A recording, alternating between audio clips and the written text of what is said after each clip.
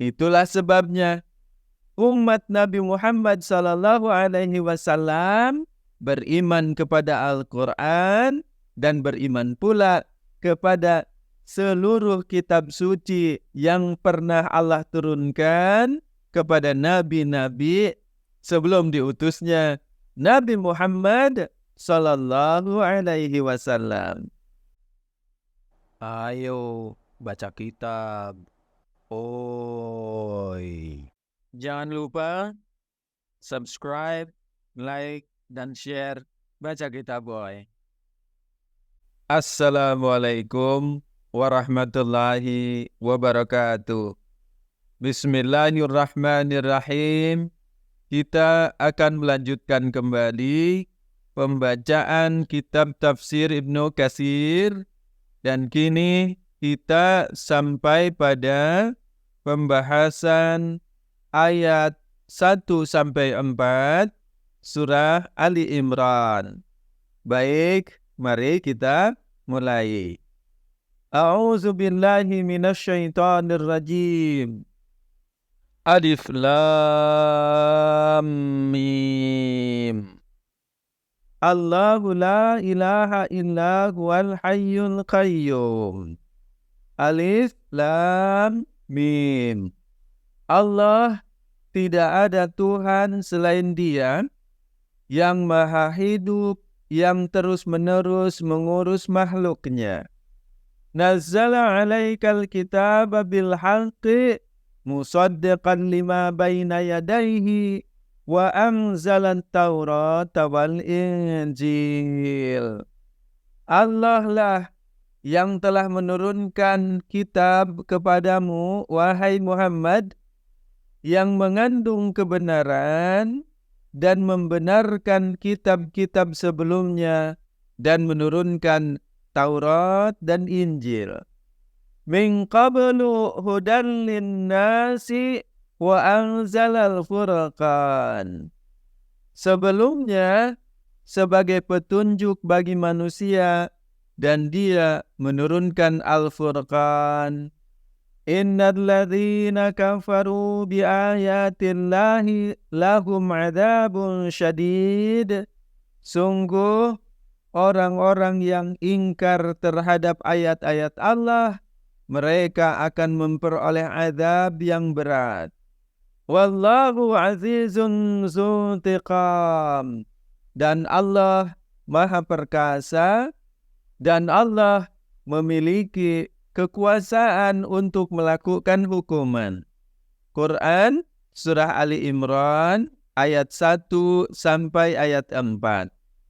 Berkenaan dengan tafsir ayat ini, Al-Hafiz Ibnu Katsir menjelaskannya sebagai berikut. Tentang firman Allah pada ayat yang pertama, Alif Lam Mim, telah dilakukan pembahasan yang mendalam pada saat memberikan tafsir awal surah Al-Baqarah. Bahwasanya lafaz Alif Lam Mim di dalam ayat ini sama dengan ayat pertama surah Al-Baqarah, dan itu merupakan sebagian di antara mukjizat Al-Quran yang maknanya hanya diketahui oleh Allah Subhanahu wa Ta'ala, tidak diketahui oleh hamba-hambanya. Dan ini menunjukkan bahwasanya Al-Quran memiliki kedalaman ilmu yang diantaranya ada ayat-ayat yang tidak Allah tampakkan rahasianya kepada manusia. Para ulama mempunyai pandangan yang berbeda dalam hal menafsirkan ayat mutasyabihat seperti ini. Di antara mereka, ada yang berusaha untuk memberikan penafsiran sesuai dengan kemampuan yang mereka miliki. Apabila para ulama itu menafsirkan ayat-ayat ini dengan dalil yang sahih, maka tafsirannya sahih. Akan tetapi apabila ada orang yang menafsirkan dengan dalil yang tidak ada dasarnya, maka tafsirannya itu tidaklah dibenarkan. Sebagian ulama yang lainnya mengembalikan makna dari ayat-ayat seperti ini, alif lam mim, maknanya dikembalikan kepada Allah Ta'ala, karena sesungguhnya hanya Allah saja yang benar-benar memahaminya. Wallahu a'lam bishawab. Kemudian pada ayat kedua Allah berfirman, Allahu la ilaha illahu. Allah tidak ada Tuhan selain Dia. Firman ini merupakan sebuah penegasan bahwasanya Dialah Allah, Tuhan yang Maha Esa dan hanya satu-satunya. La ilaha illallah. Firman ini menerangkan tentang hakikat dari tauhid, yaitu mengimani bahwasanya tidak ada Tuhan yang layak disembah selain hanya Allah saja. Kemudian Allah berfirman, Al-Hayyul Qayyum, yang hidup kekal dan terus-menerus mengurus makhluknya. Makna dari firman ini adalah bahwasanya Dialah Allah, zat yang hidup selama-lamanya, tidak mati sampai kapanpun, dan Dia adalah zat yang terus-menerus mengurus makhluk-makhluk yang diciptakannya. Umar bin Al-Khattab membaca Al-Qayyum dengan Qiyamun, yang mana pengertiannya adalah bahwasanya semua makhluk membutuhkan kepadanya. Semua makhluk membutuhkan Allah Subhanahu wa Ta'ala, sedangkan Allah sendiri adalah Maha Kaya, sehingga Dia tidak membutuhkan apapun dari makhluk-makhluknya itu. Dengan kata lain pula, tidak akan pernah ada sesuatu tanpa perintah darinya. Dan semua yang diciptakannya diurus secara terus-menerus dengan kekuasaannya. Allah tidak ada pada dirinya kekurangan sesuatu apapun. Dia tidak lupa, Dia tidak lalai terhadap makhluk-makhluknya, dan Dia terus-menerus merawat dan mengurus setiap jiwa berikut amal perbuatannya. Artinya, selain Dia menyediakan segala kebutuhan yang diperlukan oleh makhluk-makhluknya, Dia pun menyaksikan segala sesuatu yang diperbuatnya. Tidak ada sesuatu pun yang gaib dari pengetahuannya. Tidak ada perkara yang samar, dan tidak ada juga perkara yang tersembunyi dari pandangannya. Sehingga seluruh kebutuhan makhluk-makhluknya Dia penuhi, dan seluruh amal perbuatannya Dia memberikan balasan yang sepadan kepadanya. Kemudian Allah kembali berfirman, Nazzala alaikal kitab, Dia menurunkan kitab kepada engkau bil haqqi, yang mengandung kebenaran. Yang dimaksudkan dengan Alkitab di dalam firman ini adalah Al-Quran. Sehingga makna dari firman ini adalah Dialah yang menurunkan Al-Quran kepada engkau, wahai Muhammad, dan di dalam Al-Quran itu terkandung kebenaran.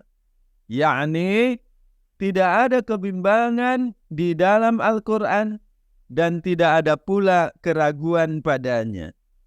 Al-Quran itu adalah benar-benar diturunkan dari sisi Allah, dan Dia menurunkannya dengan pengetahuannya, sedangkan para malaikat menyaksikannya, dan cukuplah Allah sebagai saksi atas kebenarannya.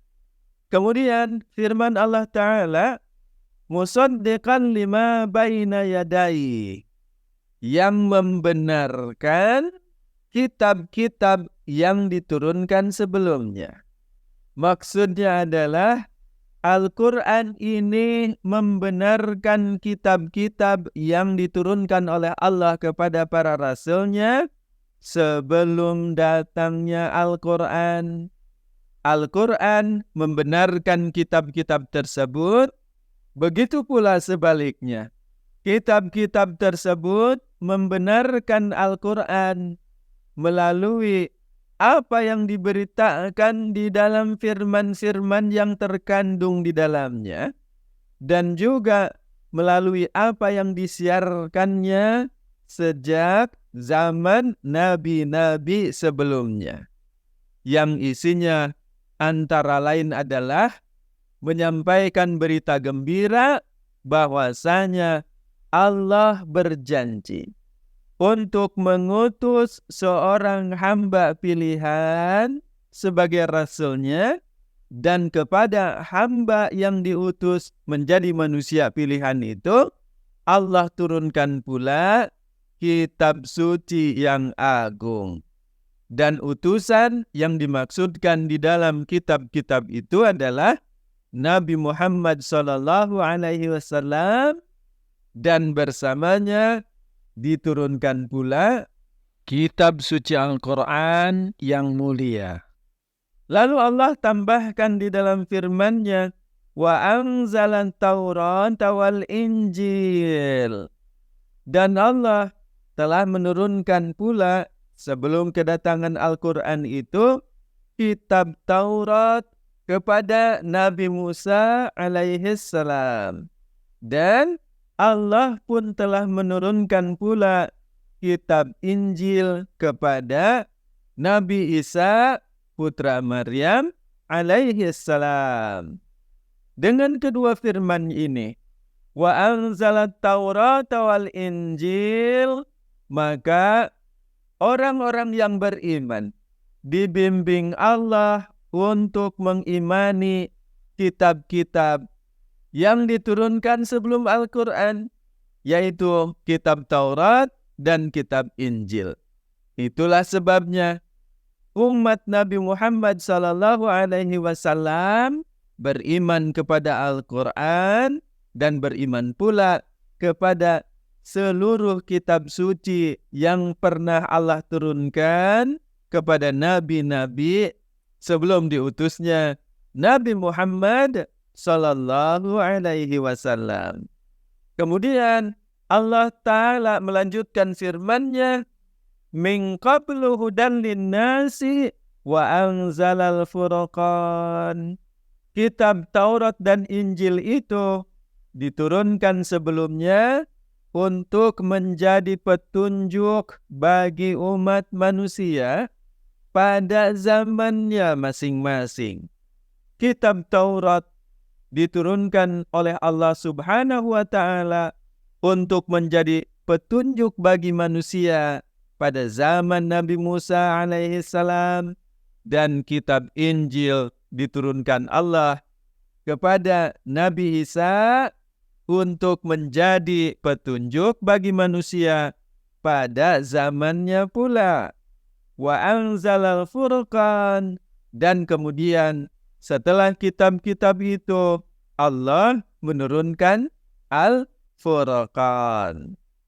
Yang dimaksud dengan Al-Furqan adalah kemampuan untuk membedakan antara hidayah dengan kesesatan, antara yang hak dengan yang batil, di antara juga jalan yang menyimpang dengan jalan yang lurus. Dengan demikian, Al-Furqan adalah pembeda yang membedakan antara yang hak dengan yang batil sesuai dengan apa yang disebutkan oleh Allah Ta'ala berupa hujjah-hujjah, keterangan-keterangan dan dalil-dalil yang jelas serta bukti-bukti yang akurat. Allah Subhanahu wa taala menerangkannya, menjelaskannya, kemudian memberikan penafsirannya serta menetapkannya dan memberikan petunjuk kepadanya serta mengingatkan manusia atasnya. Demikian itulah Al-Furqan. Qatadah dan Ar-Rabi' bin Anas mengatakan bahwasannya yang dimaksud dengan Al-Furqan di dalam ayat ini adalah Al-Quran.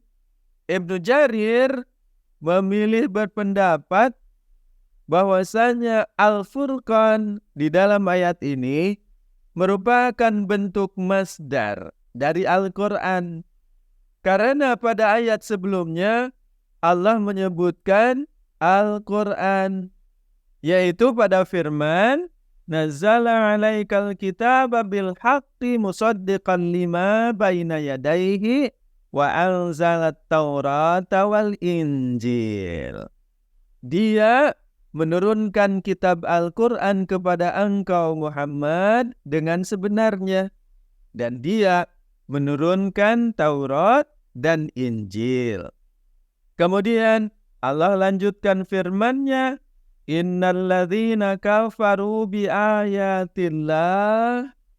Sesungguhnya orang-orang yang kafir terhadap ayat-ayat Allah. Yang dimaksudkan dengan kafir di sini adalah ingkar dan ragu terhadap Al-Quran serta menentangnya dengan kebatilan.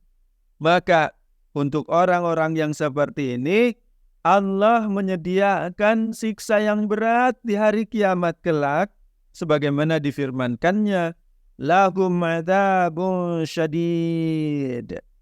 Orang-orang itu menyombongkan diri di dunia, akan tetapi di akhirat mereka akan diseret ke dalam siksaan Allah yang sangat berat.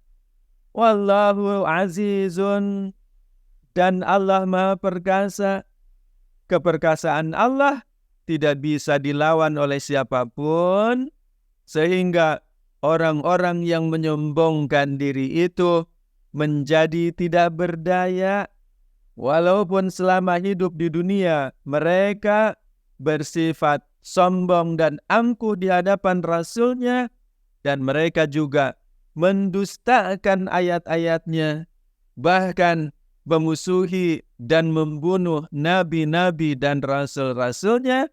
Akan tetapi pada hari kiamat kelak, di akhirat, mereka akan mendapatkan azab yang telah Allah sediakan, sebagaimana Allah firmankan, Dzuntiqam.